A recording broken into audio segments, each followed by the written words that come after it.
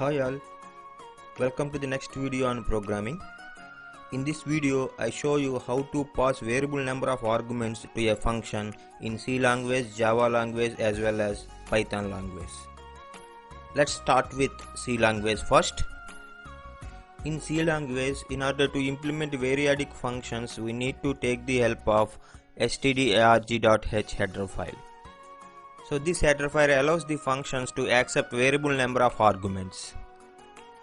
So in the function header, in order to represent the variable number of arguments, you can use ellipses. Ellipses are nothing but 3 dots. In order to support this, the stdarg.h is having one type and 3 macros in it. The type we have in this stdarg.h is va_list, and the 3 macros defined are va_start, va_arg, va_end. Now we will look at one by one. First, if you consider va_list type, which is used to declare variables to refer each argument in the list.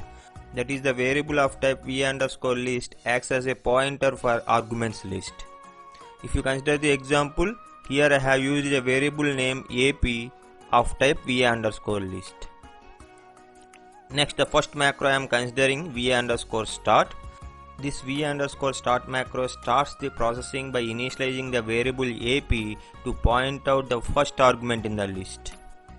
So if you observe the usage of this macro, which accepts the 2 arguments, the first one is ap, which is the variable of type va_list, and the last arg is nothing but the argument that we will pass into the function before variable number of arguments. Next macro we have is va_arg, which returns one argument from the list and automatically increments the pointer to access the next argument in the list. And the usage is va_arg and accepts the 2 arguments. The first one is a variable of type va_list, and the next argument is the type of arguments that we are passing to the function. And finally we have another macro va_end, which automatically performs the required cleanup actions to terminate the entire process. Now I am considering an example. So first I am including the header file, that is stdarg.h, and then I am writing the main program here. In the main program I am calling a function dummy with 3 arguments. The first argument here is representing the number of arguments that we are passing to the dummy function, and the arguments are 10 and 20. Then I am defining the function now. Now the name of the function is dummy, and then I am using the first argument count of integer type to hold the number of arguments from the main function. And then I am using the 3 dots to represent the variable number of arguments from the main function. After receiving these 2 arguments from the main function, those 2 will be stored in the memory like this. The first argument is 10 and the second argument is 20.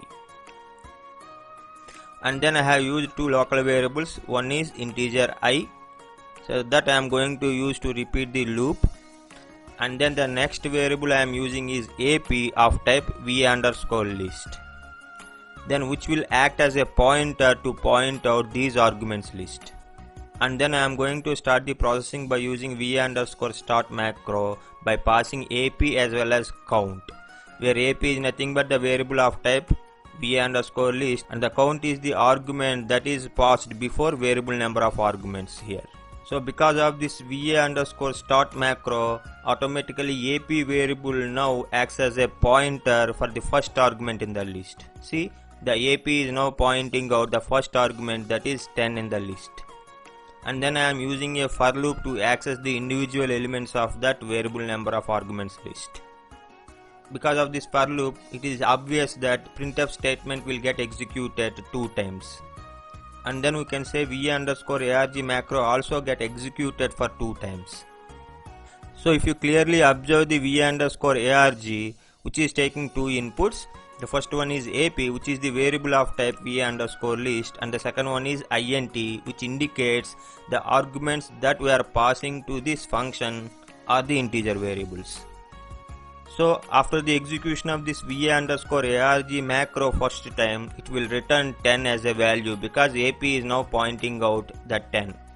And also this function increments the ap to point out the next argument in the list.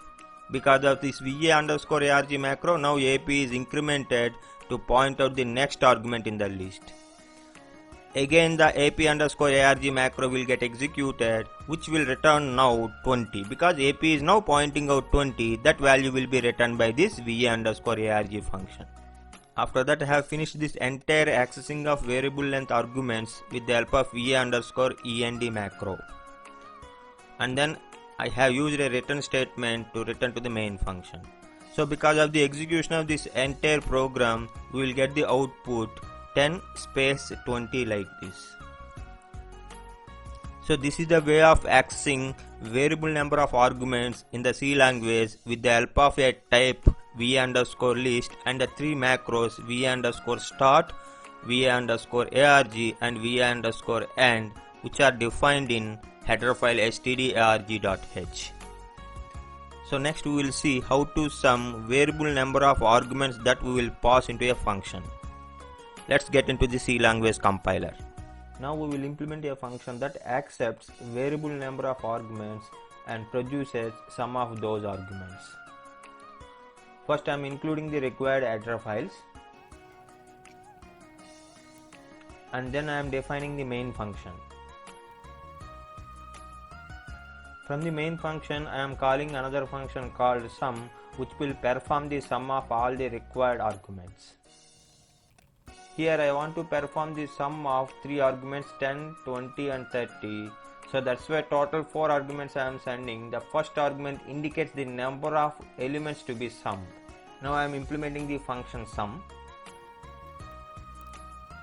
Here the first argument in the header is the count of integer type, which holds the 3 here. And then I have used 3 dots here to represent the variable number of arguments, in our case 10, 20, 30. And then I am defining the required local variables. I am going to use as a loop control variable, and then another integer sum I have initialized with 0.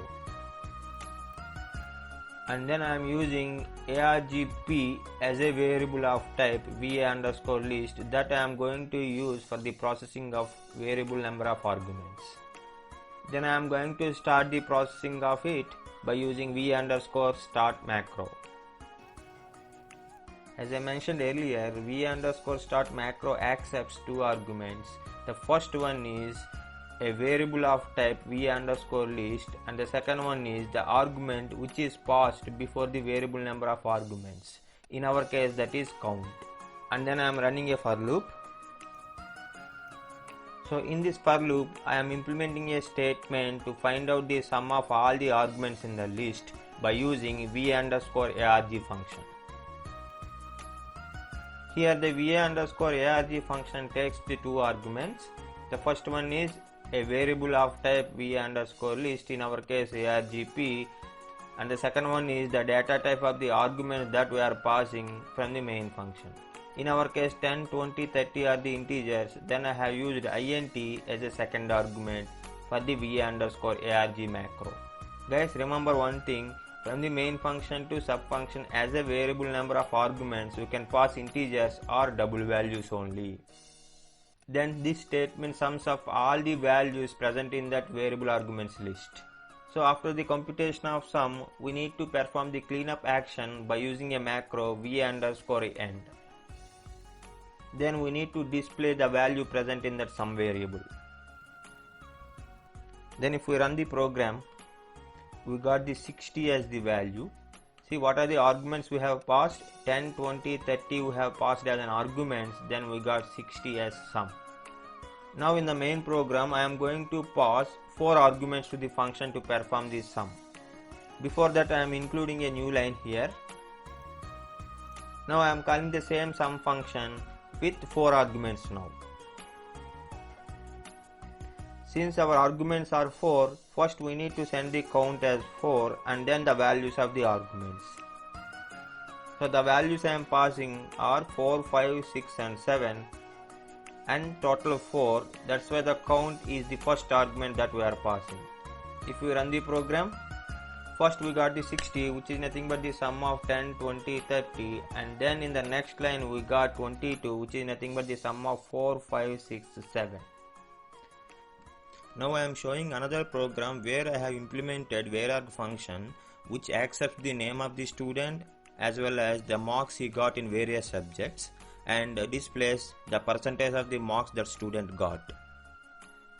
For that, in the main program, I am calling a function percentage with various arguments. The first argument that I am passing is the name of the student, and the second argument is the number of subject marks I am sending and the marks of those subjects. After that, I am displaying a new line, and then again I am calling the same percentage function with the student name xyz, that is the first argument, and then 4 is the next argument, that is I am going to send the marks of 4 subjects, those are 40, 50, 60, 70, to that percentage function. Then if you observe the definition of that percentage function, here the first formal argument is the name, which is nothing but a character array to accept the name of the student, and the second argument is the count argument of integer type to accept the number of variable length arguments that it is receiving, and then I have used 3 dots to represent the variable length arguments here. And these are the local variable declarations. Here I have used argp as a variable of type va_list. And then v_start macro I have used to start the proceedings with the first argument argp, and the second argument here is the count. I already told you that the second argument of this macro should be the argument which is passed before that variable length arguments. If you observe the definition of your percentage function, before variable length arguments, the argument that is passed to the function is count. That's why we need to specify count here. After that, I have used a for loop to get the sum into the sum variable, and then I have terminated the process with the help of v_end macro, and then I have displayed the percentage by using this formatted text. If I run this program, then I will get the percentage of ABC is 81.67%, and the percentage of XYZ is 55%. So that I got based on the marks. Here finally we need to understand that along with variable length arguments, we can also pass the normal arguments into that function, but the variable length arguments must be at the last of your arguments list. So that's it with C language.